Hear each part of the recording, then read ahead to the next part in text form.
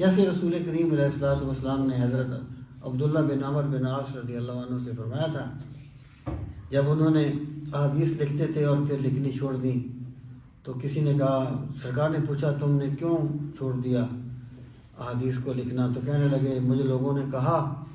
کہ رسول کریم علیہ الصلوۃ والسلام کبھی آپ غصے میں ہوں تو ممکن ہے وہ بات فرما دیں جو آپ خوشی میں نہ فرمائیں، اگر خوشی میں ہوں تو وہ بات فرما دیں جو آپ غصے میں نہ فرمائیں۔ تو سرکار نے فرمایا اکتب فوالذی ما خرج منہ الا الحق،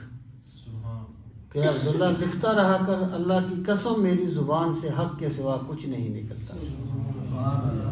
یعنی جس بندے نے اپنی خواہشات اور مزاج کو شریعت کے اتنا تابع کر دیا کہ انتہائی غصے میں بھی حق بات کہتا ہے اور انتہائی خوشی میں بھی سچ بات کہتا ہے اور حق بات کہتا ہے،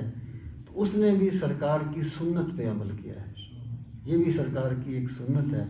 ما خرج منہ الا الحق، کہ میرے منہ سے حق کے سوا کچھ نہیں نکلتا۔